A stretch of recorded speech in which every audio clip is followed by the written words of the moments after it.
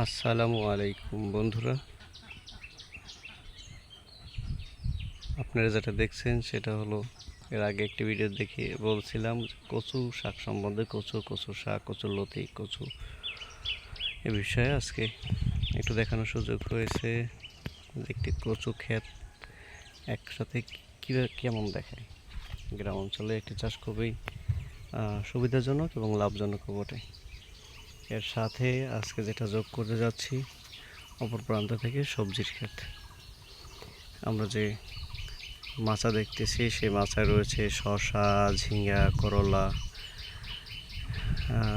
চালকুমার, তাও এর সাথে আরও অনেক অনেক ফসল আছে। এর মধ্যে আবার আমরা আইলের উপরে মাটি থেকে আইল করে দেখা যায় কাঁচামরিচ থেকে শুরু করে বিভিন্ন ধরনের সবজি,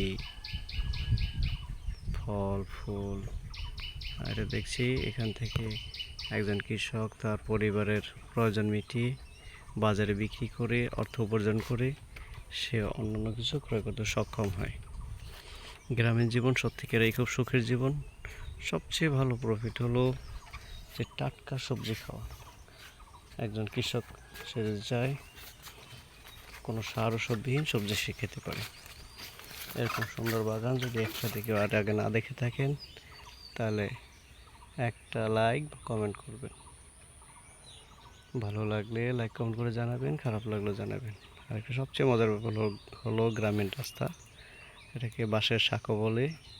সবজি ক্ষেতের উপর থেকে এক বাড়ি থেকে আরেক বাড়িতে যাওয়ার জন্য একটা সাঁকো, আমি আছি এই সাঁকোর উপরে।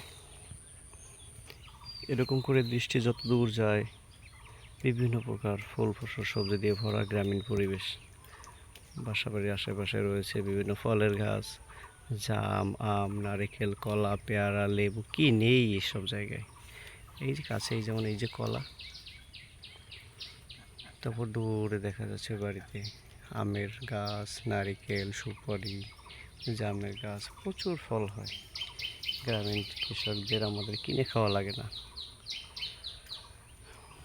ধন্যবাদ। আমরা এর পরবর্তী পর্বে নিয়ে যাব আপনাদের জন্য যে থানকুনি পাতার অনেক ভেষজ গুণ শুনেছি, আমরা এরপরে দেখাবো পরবর্তী ভিডিওতে যে থানকুনি গাছ কোথায় কিভাবে জন্মায়।